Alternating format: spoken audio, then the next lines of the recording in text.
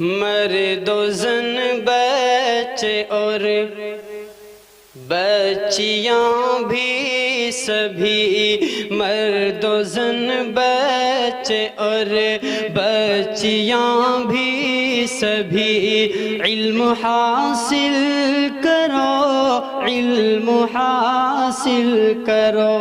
جی بہت اچھے، سبحان اللہ۔ مرد و زن بچے اور بچیاں بھی سبھی، علم حاصل کرو، علم حاصل کرو۔ یہی فرمان رب، یہی قول نبی، یہی فرمان رب، یہی قول نبی، علم حاصل کرو، علم حاصل کرو۔ زندگی کی اندھیروں بھری راہ میں، آہ میں واہ میں اور ہر چاہ میں، زندگی کی اندھیروں۔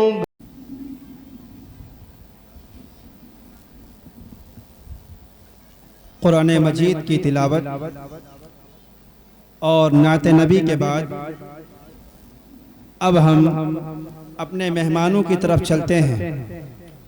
اس وقت آپ کے سامنے محترم جناب مفتی مبین صاحب اور محترم جناب ظہیر احمد صاحب کا خطاب ہوگا، اور بغیر کسی تمہید کے میں بصد ادب گزارش کر رہا ہوں محترم جناب ظہیر احمد صاحب ناظم مدرسہ ابراریہ اشرف المدارس مسوری ضلع غازی آباد سے کہ جناب والا تشریف لائیں اور اپنے خطاب سے ہمیں مستفیض فرمائیں۔ السلام علیکم ورحمۃ اللہ وبرکاتہ۔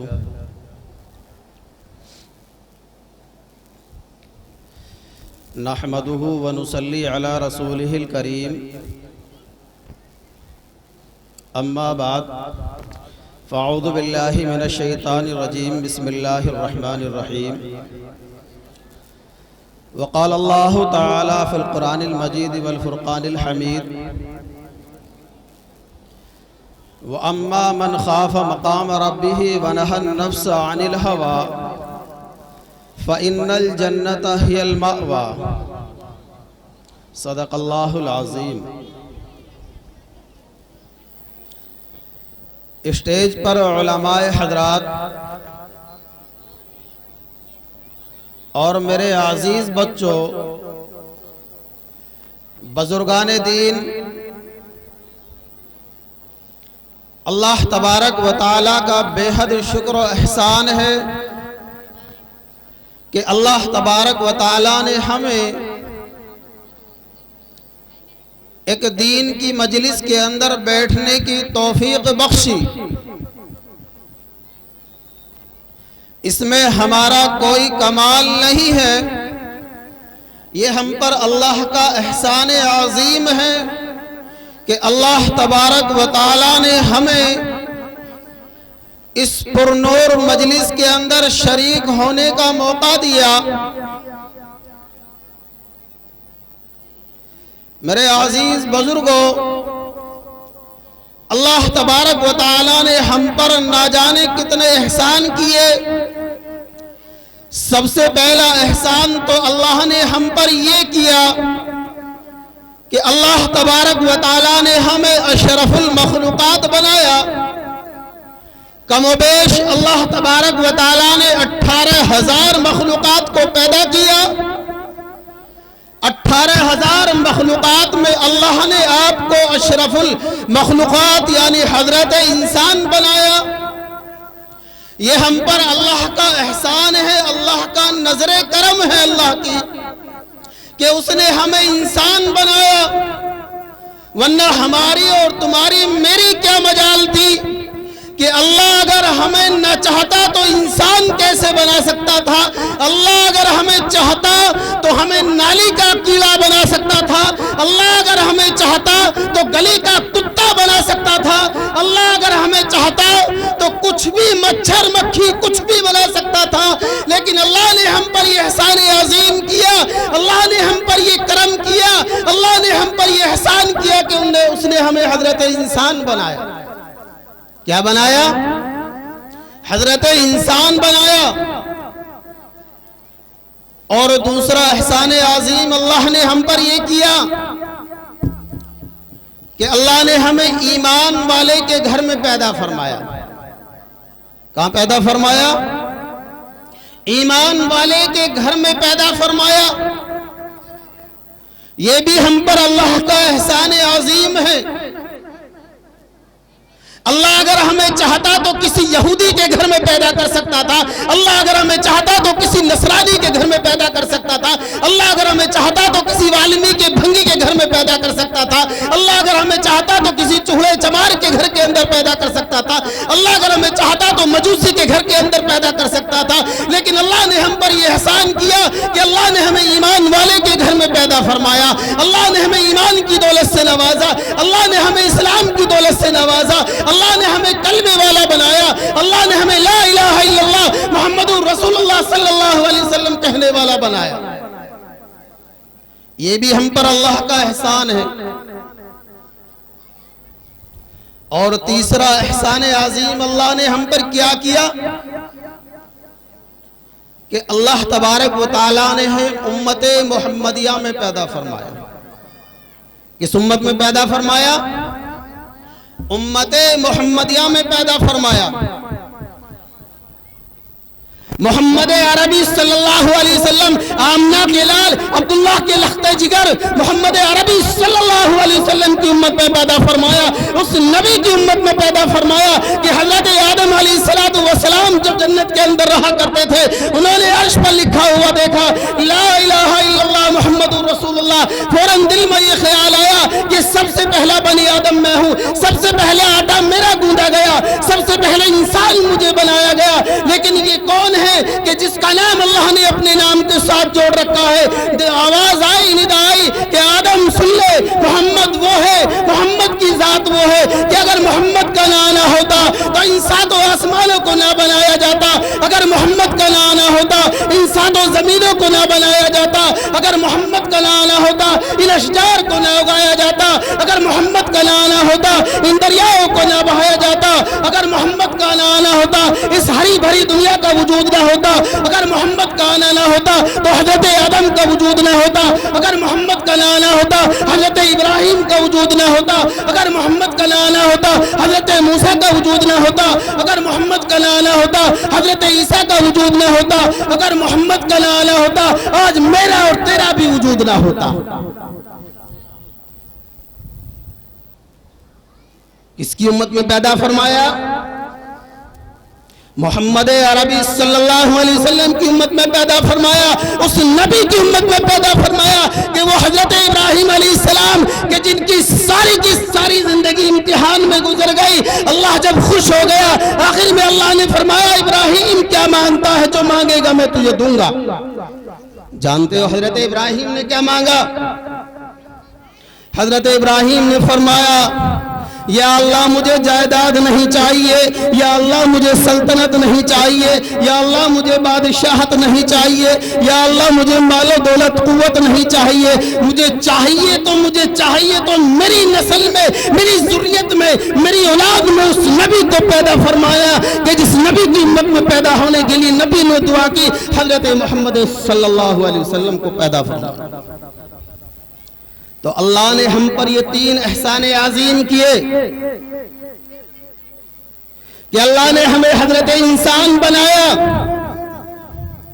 دوسرا احسان اللہ نے ہم پر یہ کیا کہ ایمان والے کے گھر میں پیدا فرمایا، اور تیسرا احسان یہ کیا کہ اگر محمد نہ ہوتے تو وہ عمر، وہ ابو بکر جو بکریاں چرایا کرتا تھا، وہ عمر جو بھینسوں کو چرایا کرتا تھا، جب میرے نبی سے ملا تو عمر خطاب بن گیا، وہ ابو بکر جس کی کوئی حیثیت اور وجود نہیں تھا، جب میرے نبی سے ملا تو خود میرے نبی نے فرمایا اے ابو بکر میں دنیا میں ہر کسی کا بدلہ دے دوں گا، تیرا بدلہ تو خود اللہ دے گا۔ جب میرے نبی سے عثمان ملا تو ذوالنورین بن گیا، میرے نبی سے علی ملا تو حیدر کرار بن گیا۔ کس نبی کی امت میں پیدا فرمایا کہ جب مکے میں پیدا ہوئے تو مکے کا ایک رواج تھا، ایک اصول تھا کہ جن گھروں میں بچے پیدا ہوتے تھے قرب و جوار سے، دیہات سے غریب عورتیں آتی تھی اور وہ مالداروں کے بچوں کا پالن پوشن کرتی تھی، ان سے جو ہدیہ تحفہ ملتا تھا اس سے ان کا گھر کا چولہا چلتا تھا۔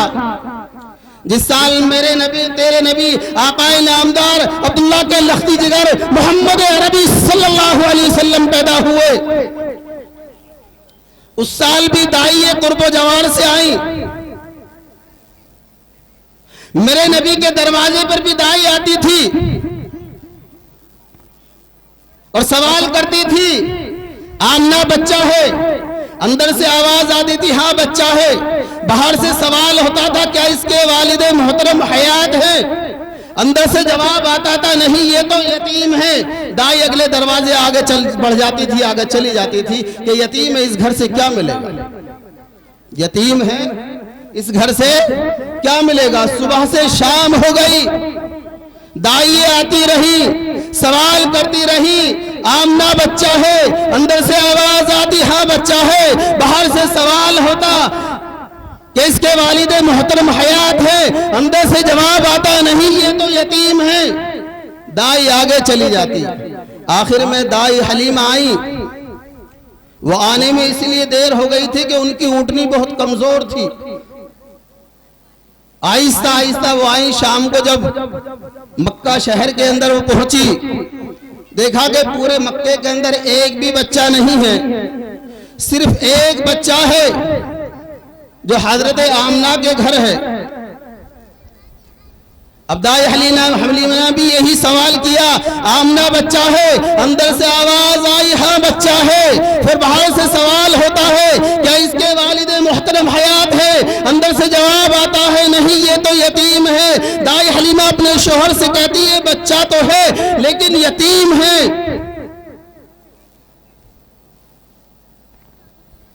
تو دائی حلیمہ سوچتی ہیں چلو بچہ دیکھ لوں کیسا ہے۔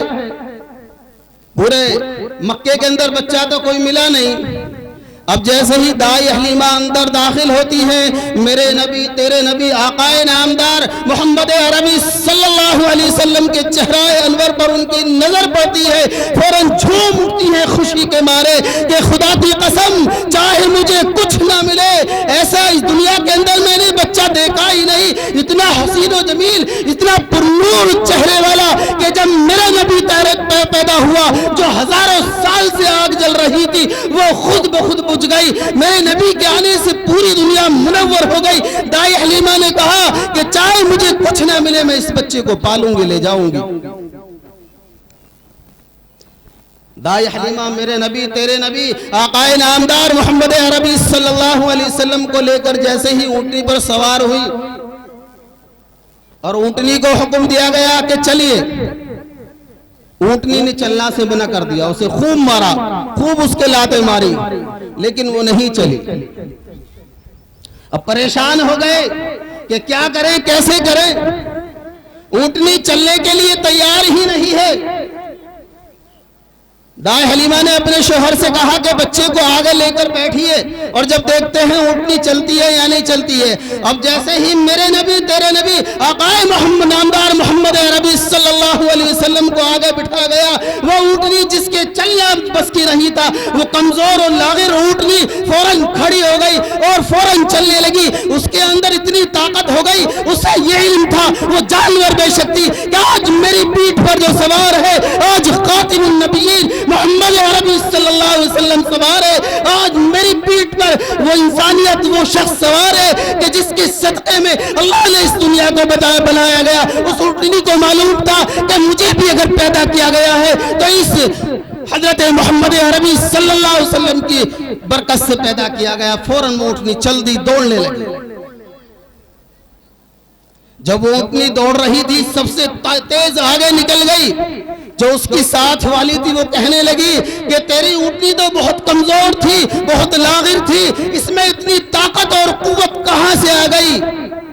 دائی حلیمہ فرمانے لگی میرا کوئی کمال نہیں، سب اس مہمان کی برکت ہے۔ ارے میرے نبی کے بارے میں آپ کیا پوچھتے ہیں؟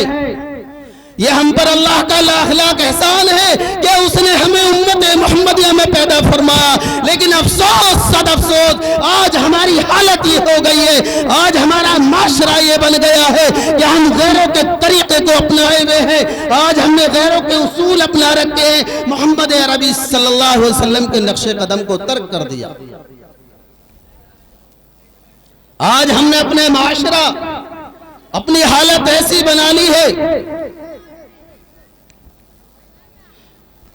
کہ جس دین کے لیے، جس اسلام کے لیے میرے نبی تیرے نبی صلی اللہ علیہ وسلم نے خود یہ فرمایا کہ اس دین کے لیے جتنا مجھے ستایا گیا کسی نبی کو نہیں ستایا گیا، جتنی تکلیف میں نے برداشت کی ہے کسی نبی نے اتنی تکلیف برداشت نہیں کی، لیکن آج ہم نے اس دین کو بالائے طاق رکھ دیا ہے۔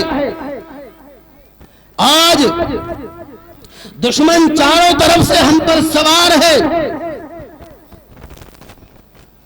آج ہماری حالت یہ ہو گئی ہے کہ جس طریقے سے سمندر میں ایک تنکا ہوتا ہے اس کا کوئی وجود اور ویلو نہیں ہوتی کہ پانی سے جدھر کا جھونکا آتا ہے بہا کے لے جاتا ہے، آج 55-56 ملک ہے، مسلمانوں کی حالت بھی یہی ہے کہ ایک وقت تو وہ تھا کہ 313 نے مکے کی قسمت پلٹ دی، ایک وقت تو وہ تھا کہ 60 نے 60,000 کا منہ پھیر دیا، آج ہماری حالت زار یہ ہے بنگلہ دیش سے لے کر افریقہ تک ساری کی ساری کنٹریز مسلمان ہیں، 55-56 ملک مسلمانوں کے، ہم نے چوڑیاں پہن رکھی ہے، نہ ہماری عزت محفوظ ہے، نہ ہماری جان محفوظ ہے، نہ ہمارا ملک محفوظ ہے، نہ ہمارا وقار محفوظ ہے۔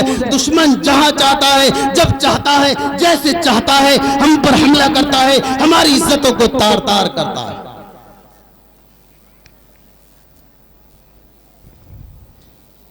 جب تھوڑے تھے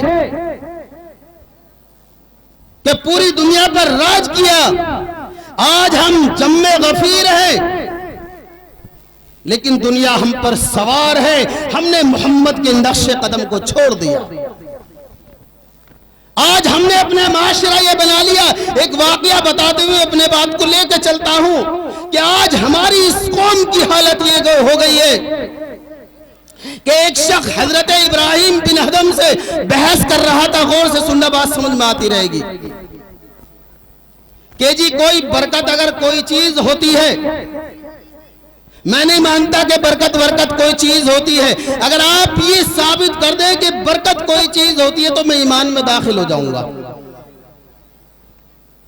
حضرت ابراہیم بن ادھم رحمت اللہ علیہ نے فرمایا کہ اگر میں یہ ثابت کر دوں کہ برکت ہوتی ہے تو ایمان میں داخل ہو جائے گا؟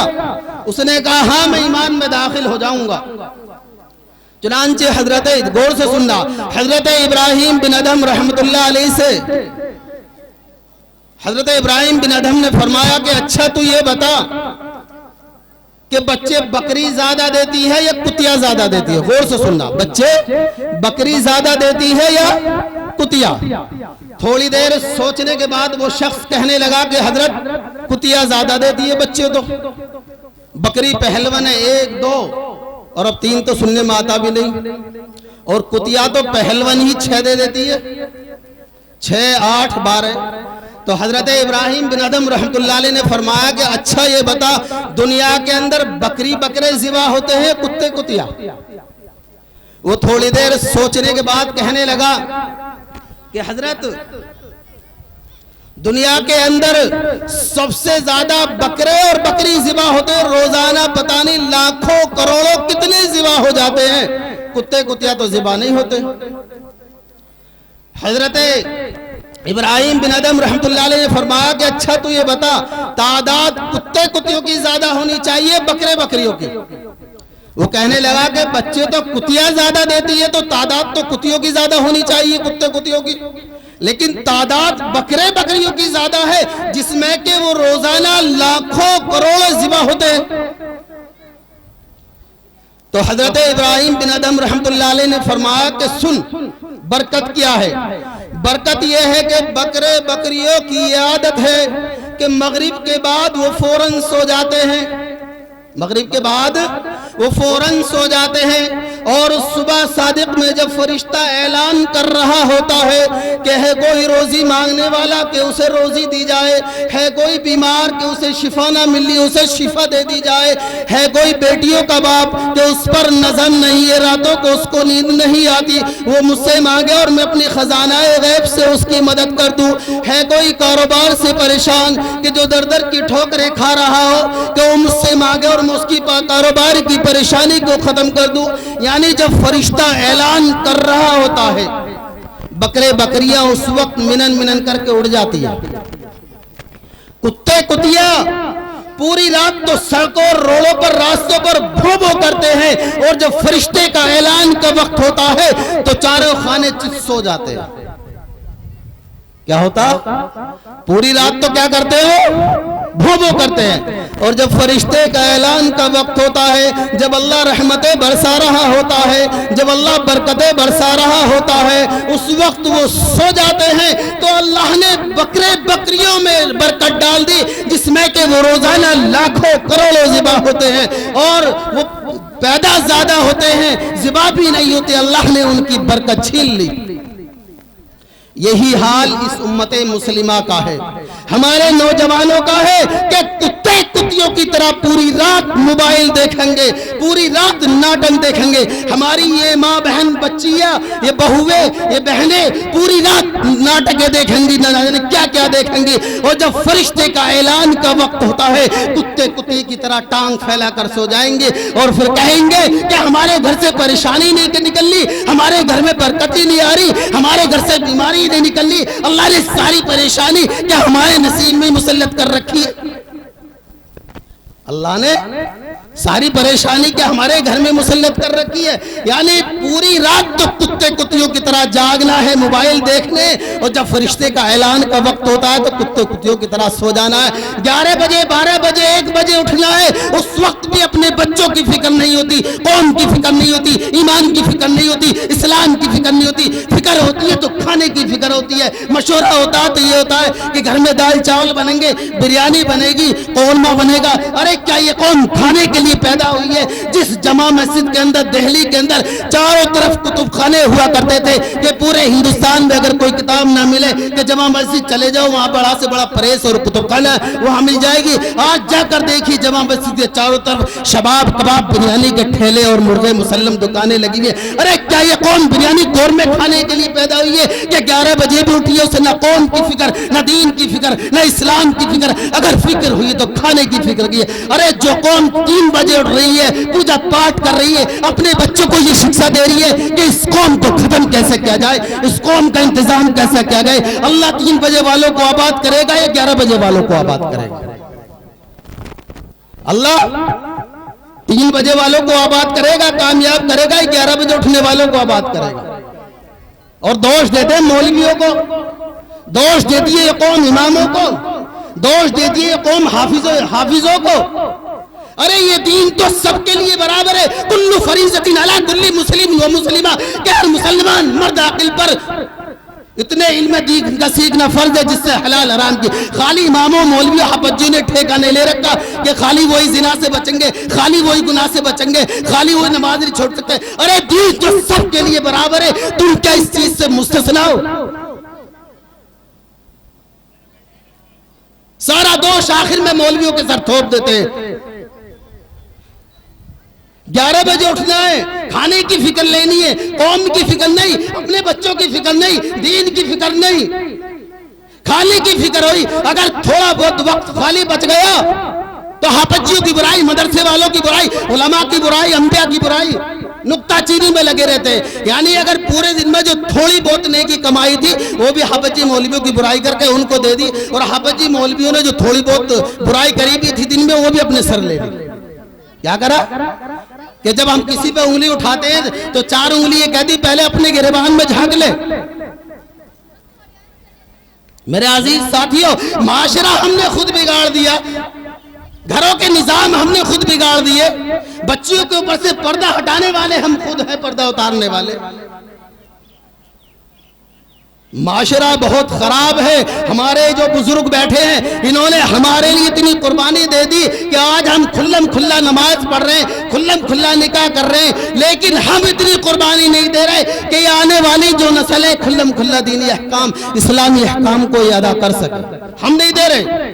ہمارے ان بزرگوں نے تو اتنی قربانی دے دی کہ ہم آج آزاد ہیں، لیکن اس آنے والی نسل کے لیے ہم اتنی قربانی نہیں دے رہے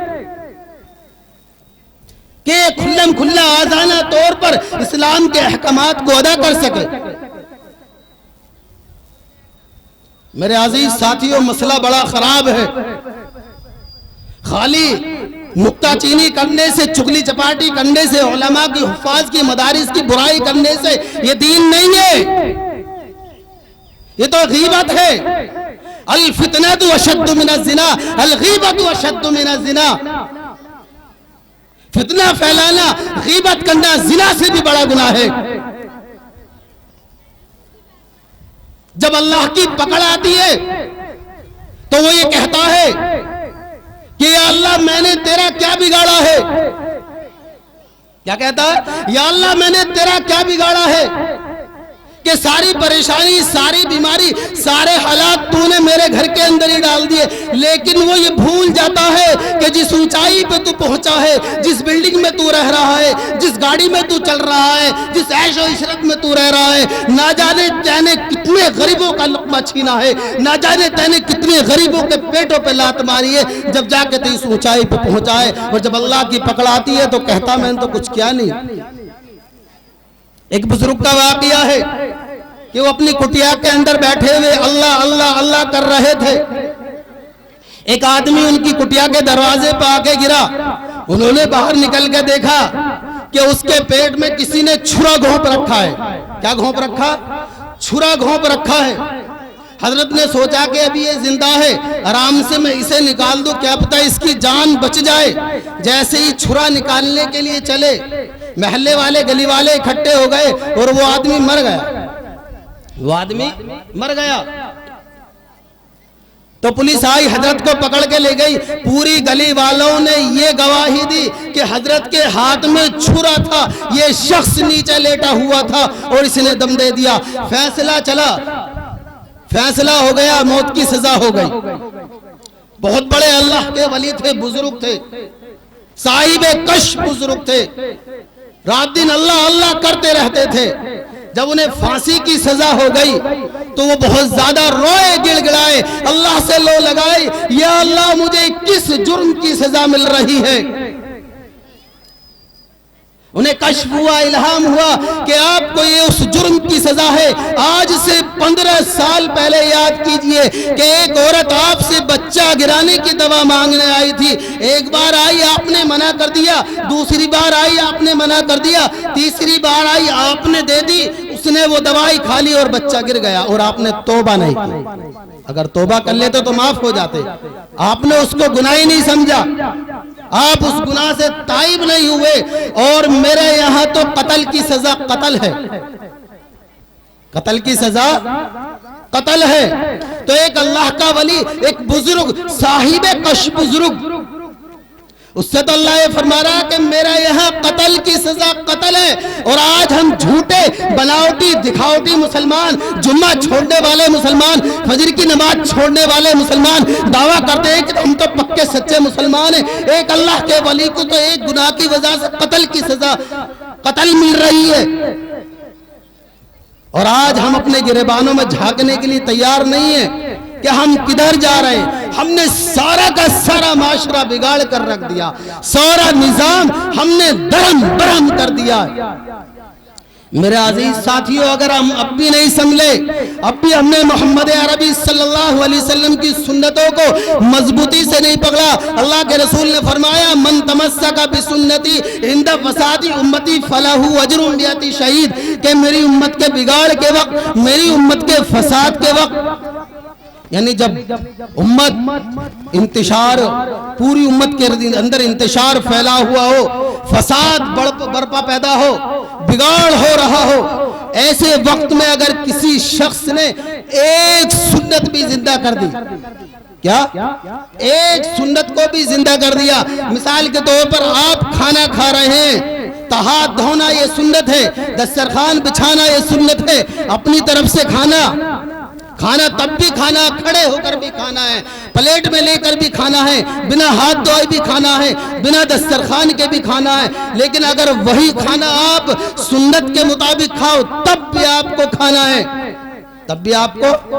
تو ایسے بگاڑ کے وقت جب امت کے اندر فساد پھیلا ہوا ہے تو اللہ کے رسول نے فرمایا من تمسک بسنتی عند فساد امتی فلہ اجر 100 شہید، یعنی اگر کسی نے ایک سنت کو بھی زندہ کر دیا فلہ اجر 100 شہید، اس کو 100 شہیدوں کے برابر ثواب ملے گا۔ یعنی جتنا ثواب 100 انسانوں کو گردن کٹوانے کے بعد ملتا ہے، اتنا ثواب اس امت کے بگاڑ کے وقت اگر کسی نے ایک سنت کو بھی زندہ کر لیا تو اسے 100 شہیدوں کے برابر ثواب ملے گا۔ آج ہماری حالت زار یہ ہے کہ شراب جو حرام ہے، ناجائز ہے، کہتے ہیں کہ اگر کوئی ذرہ برابر ایمان بچا کر لے گیا وہ جنت کے اندر داخل ہوگا۔ مجھے یہ بتائیے کہ ذرہ برابر ایمان ہے کیا؟ بتاؤ کیا ہے؟ آج اگر کوئی شراب پی رہا ہے تو اس کو آپ حرام کہنے کے لیے تیار نہیں ہے، بلکہ معاشرے میں یہ بن گیا کہ بھئی عام ہو رہی ہے۔ اگر کوئی زنا کر رہا ہے اس کو کوئی برا کہنے کے لیے تیار نہیں ہے، معاشرے میں یہ بنے گا کہ بھی عام ہو رہی ہے۔ ذرہ برابر ایمان یہ ہے کہ آپ برائی ہوتے دیکھو تو برائی کو برائی کہو، برائی کو۔ شراب حرام ہے تو قیامت تک حرام رہے گی، زنا حرام ہے تو قیامت تک زنا حرام رہے گا، سود حرام ہے تو قیامت تک سود حرام رہے گا۔ جب تک ہم حرام کو حرام نہ کہیں گے، یہی تو ذرہ برابر ایمان ہے کہ جب ہم حرام کو حرام اور حلال کو حلال کہیں گے، یہی تو ذرہ برابر ایمان ہے۔ اور جب ہم یہ بھی کہنے کے لیے تیار نہیں تو کہاں رہ گیا ذرہ برابر ایمان؟ جب ہم برائی کو برائی، برے کو برا کہنے کے لیے تیار نہیں تو کہاں رہ گیا ہمارے اندر ایمان؟ دیکھو میرے عزیز ساتھیوں، غور سے سنو، کسی چھوٹی سے چھوٹی نیکی کو بھی چھوٹا نہیں سمجھنا چاہیے، کسی چھوٹی سے چھوٹی نیکی کو بھی چھوٹا نہیں سمجھنا چاہیے۔ آج ہماری حالت یہ ہو گئی ہے کہ اللہ نے کہا کہ تم زمین والوں پر رحم کرو، آسمان والا تم پر رحم کرے گا۔ آج ہماری حالت یہ ہو گئی ہے کہ غیر قوم تو چوپایوں پر رحم کر رہی ہے، کہیں کھانا کھلا رہے ہیں، کہیں ان کے اوپر رحم ڈال رہے ہیں، یعنی ان پر ترس کھا کے ان کا علاج معالجے کر رہے ہیں۔ آج ہماری حالت زار یہ ہو گئی ہے کہ اگر آپ کے گھر کے اندر کتا بھی آ جائے، بجائے اس کے کہ وہ اللہ کی مخلوق ہے، آپ اس کو روٹی کا ٹکڑا ڈال دیں، آپ دھوکے سے اس پر لٹ مار رہے ہیں، اس کو لنگڑا کر رہے ہیں، اس کی جان لے رہے ہیں۔ یہ کہاں کا مسلمان ہے؟ ارے مسلمان تو وہ قوم ہے جو چینٹی کو بھی دیکھ کر چلتا ہے کہ میرے پیر کے نیچے کی چینٹی کی بھی جان نہ چلی جائے۔ یہ ظالم قوم کیسے بن گئی؟ یہ سود خور قوم کیسے بن گئی؟ یہ شراب خور قوم کیسے بن گئی؟ اس لیے بن گئی کہ میرے نبی تیرے نبی محمد عربی صلی اللہ علیہ وسلم کے نقش قدم کو چھوڑ دیا۔ بس آدمی ایٹھ میں جی رہا، اپنی مروڑ میں جی رہا، تکبرانہ انداز میں جی رہا۔ انسان کو یہ پتا نہیں کہ اگر ایک لقمہ بھی کھا رہا ہے تو اسے اللہ کھلا رہا۔ کون کھلا رہا؟ اللہ کھلا رہا۔ جب انسان تھالی کے اندر لقمہ توڑتا ہے تو ہاتھ یہ بتا دیتے ہیں کہ کھانا کتنا گرم، کتنا ٹھنڈا ہے، کتنا سخت، کتنا نرم ہے۔ جب اس کھانے کو منہ کے قریب لاتا ہے تو آنکھ یہ دیکھ لیتی ہے کہیں اس میں کوئی کیڑا مکوڑا غلاظت تو نہیں پڑی ہوئی ہے۔ اس لقمے کو جب اور قریب لے جاتا ہے تو ناک یہ سونگ لیتی ہے کہ کہیں یہ کھانا سڑا ہوا تو نہیں ہے۔ اس کھانے کو جب منہ کے حلق میں ڈالتا ہے تو منہ ذائقہ بتا دیتا ہے کہ آج جھیل سکتی یا نہیں۔ انسان کہہ رہا میں کھا رہا ہوں، ارے تو کون ہے کھانے والا؟ اللہ اگر چاہے تو تھالی کے اندر ہی تیرے ہاتھ پر فالس گھیر دے تو ایک لقمہ بھی نہیں چکھ سکتا، تو ایک لقمہ بھی نہیں چکھ سکتا۔ تو کہہ رہا میں کھا رہا ہوں، تیرا تو کوئی وجود نہیں ہے، تو ایک گندے قطرے سے تیرا وجود ہے کہ جس قطرے کا نام لینے میں ماں باپ بھی شرم محسوس کرتے ہیں۔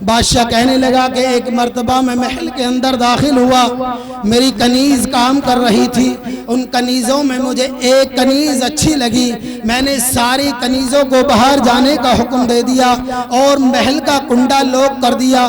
جیسے ہی میں نے محل کا کنڈا لوک کیا، وہ کنیز میرے ارادے کو سمجھ گئی، کہنے لگی اے بادشاہ، چاہے ہمیں کوئی انسان نہ دیکھ رہا ہو لیکن ساتویں آسمان پر بیٹھا خدا تو دیکھ رہا ہے، اے بادشاہ تو خدا سے ڈر۔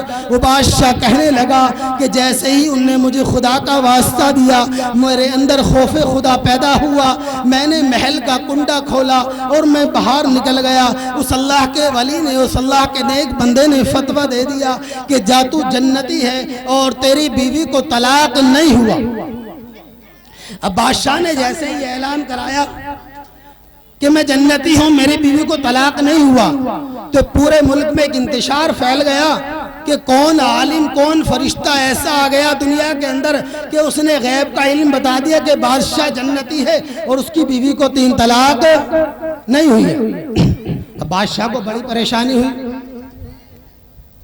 اب بادشاہ نے دربار سجایا اور لوگوں کو، علماء کو اکٹھا کیا، اس اللہ کے نیک بندے کو بھی بلایا اور اس اللہ کے نیک بندے سے فرمایا اے اللہ کے نیک بندے، اے ولی کامل، مجھے بتائیے کہ آپ کے پاس کیا دلیل ہے کہ میں جنتی ہوں اور میری بیوی کو 3 طلاق نہیں ہوا۔ اس اللہ کے ولی نے فرمایا اے بادشاہ سلامتی، فتویٰ یہ مسئلہ میں نے کسی لالچ سے نہیں بتایا کہ آپ مجھے قاضی بنا دیں یا مال و دولت سے نواز دیں، میں نے تو یہ مسئلہ قرآن سے بتایا ہے۔ قرآن کے اندر آتا ہے وَأَمَّا مَنْ خَافَ مَقَامَ رَبِّهِ وَنَهَى النَّفْسَ عَنِ الْهَوَىٰ، کہ جس انسان نے، جس شخص نے، جس فرد نے، جس مرد نے، جس عورت نے خالص ایک گناہ بھی اللہ کے ڈر، اللہ کے خوف سے ترک کر دیا، اپنے نفس کو روک لیا، فَإِنَّ الْجَنَّةَ هِيَ الْمَأْوَىٰ، تو جنت اس کے لیے واجب ہے۔ اور بادشاہ سلامت نے خود بتایا کہ ایک گناہ خالص میں نے اللہ کے ڈر، اللہ کے خوف سے چھوڑ دیا۔ اس لیے انسان کسی چھوٹی سے چھوٹی نیکی کو بھی چھوٹی نہ سمجھے اور کسی چھوٹے سے چھوٹے گناہ کو بھی چھوٹا نہ سمجھے۔ اس لیے میرے عزیز دوستو، ہمیں وقت کا تقاضا ہے، ضرورت ہے کہ اگر ہمیں کامیاب ہونا ہے، اپنی اس نسل کو بچانا ہے، اپنے ان بچوں کو بچانا ہے، اگر ہم چاہتے ہیں کہ ہماری بچیاں بددین نہ ہو، دین سے مرتد نہ ہو، تو انہیں دین سکھائیے، انہیں قرآن سکھائیے، انہیں مدارس کے اندر بھیجیے۔ خدا کی قسم اگر ان کے اندر 10% بھی دینی تعلیم ہوگی، کبھی اپنے ایمان کا سودا نہیں کریں گے۔ تو اس لیے بھائی عہد کریں کہ آپ جج بنائیں، افسر بنائیں، وکیل بنائیں، کچھ بھی بنائیں، مذہب اسلام منع نہیں کرتا، لیکن دین مقدم ہونا چاہیے۔ اس لیے نیت کریں کہ انشاءاللہ اللہ کے رسول صلی اللہ علیہ وسلم کی سنتوں کو زندہ کریں گے جہاں تک بھی ہم سے ہو سکے گا، اور اپنے بچوں کو دینی تعلیم سے آراستہ کریں گے بھائی انشاءاللہ۔ اللہ مجھے اور آپ کو کہنے سننے سے زیادہ عمل کرنے کی توفیق عطا فرمائے۔ وآخر دعوانا الحمدللہ رب العالمین۔